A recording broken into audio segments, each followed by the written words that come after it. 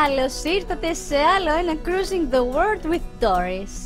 Πάει τόσος καιρός που έχουμε να τα πούμε, αλλά είμαι πολύ χαρούμενη που επέστρεψα με το πρώτο τελευταίο επεισόδιο από το πρώτο μου συμβόλαιο στα κρουαζιερόπλοια στην Ερυθρά θάλασσα. Σε αυτό το επεισόδιο θα σας ξεναγήσω στους εξωτερικούς και εσωτερικούς χώρους του πλοίου και θα σας δείξω και κάποια βίντεο από το entertainment.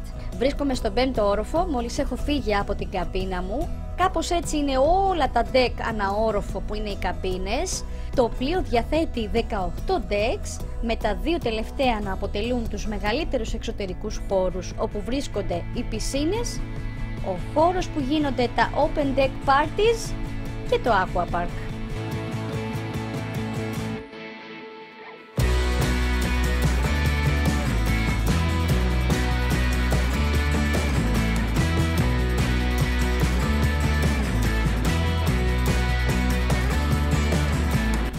Στα πλάνα που βλέπετε βρισκόμαστε στην Ιορδανία και στο βάθος μπορείτε να διακρίνετε το λιμάνι της Άκαμπα.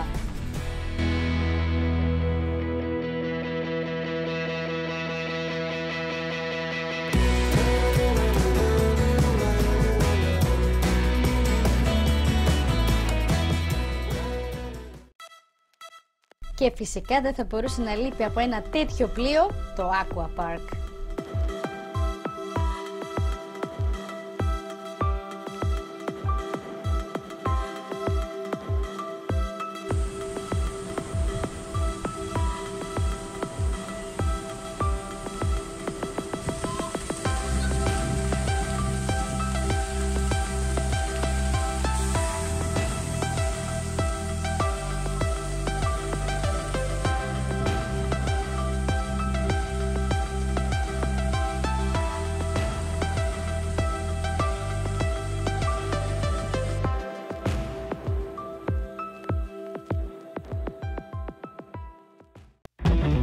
Και η διασκέδαση συνεχίζεται. Είμαστε στο deck με τα ηλεκτρονικά παιχνίδια για μικρούς και μεγάλους.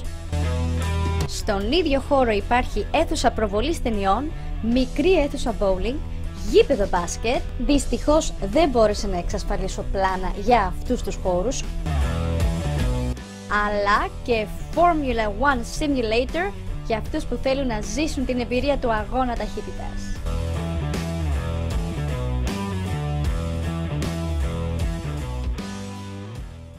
Και ήρθε η ώρα να περιηγηθούμε στα δύο πιο σημαντικά και glamorous decks που βρίσκονται όλα τα εστιατόρια και τα entertainment venues. Στον κάτω όροφο με το μεγάλο διάδρομο και το υπέροχο dome στην οροφή βρίσκεται το excursion desk εδώ στα αριστερά μου, το αγαπημένο μας spot για παγωτό εδώ στα δεξιά μου, πίσω μου έχω περάσει ήδη το ιταλικό εστιατόριο, μαγαζιά με ρούχα, εδώ είναι το beauty shop, τα αριστερά στο βάθος μαγαζί με κοσμήματα και ρολόγια και φυσικά το γαλλικό μπιστρό και πίσω μου από το διάδρομο όπως έχω έρθει βρίσκεται το lounge το οποίο σας έχω δείξει σε προηγούμενο επεισόδιο που παίζω με την μπάντα. Στο κεντρικότερο μέρος του πλοίου βρίσκεται αυτό το υπέροχο venue που παίζουν μικρά συνήθως σχήματα, lounge ή jazz. Είναι διακοσμημένο με πέτρες Swarovski όπως και όλες οι σκάλες που βλέπετε γύρω. Και ανεβαίνω στον πάνω όροφο να σας δείξω τους υπόλοιπους χώρους. Εδώ βλέπετε το καζίνο, το οποίο όμως είναι κλειστό και δεν μπόρεσα να εξασφαλίσω άλλα πλάνα, καθώς απαγορεύονται τα τυχερά παιχνίδια από τις τοπικές αρχές. Ξεκινάμε με το sushi bar. Στη συνέχεια βλέπετε τα υπέροχα πιάτα του μενού στο Butcher's Restaurant που είχαμε την ευκαιρία να απολαύσουμε. Το γλυκό ήταν από τα καλύτερα που έχω φάει. Τα κρασιά που βλέπετε είναι χωρίς αλκοόλ για τον ίδιο λόγο που αναφέραμε και προηγουμένως. Εδώ βλέπετε άλλο ένα venue που εμφανίζονται solo καλλιτέχνες ή ντουέτα. Είναι μια μπειραρία με μεγάλη ποικιλία σε μπύρες, διακοσμημένη με πολύ όμορφα δερμάτινα κόκκινα καθίσματα και αξεσουάρ στο χώρο που θυμίζουν πολύ τις βρετανικές pub.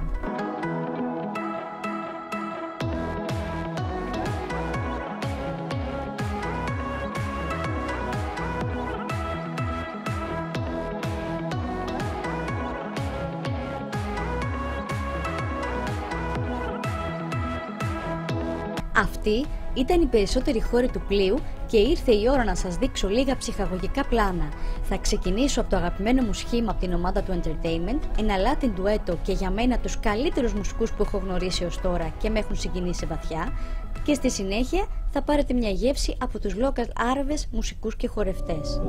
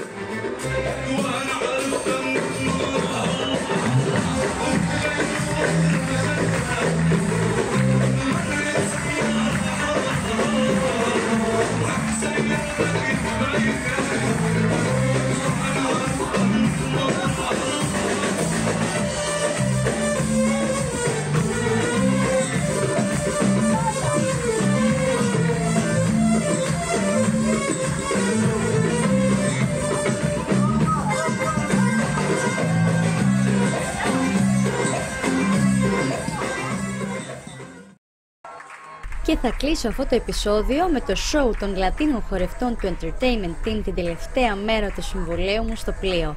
Ραντεβού στο επόμενο επεισόδιο, μέχρι τότε να είστε όλοι καλά και να ταξιδεύετε.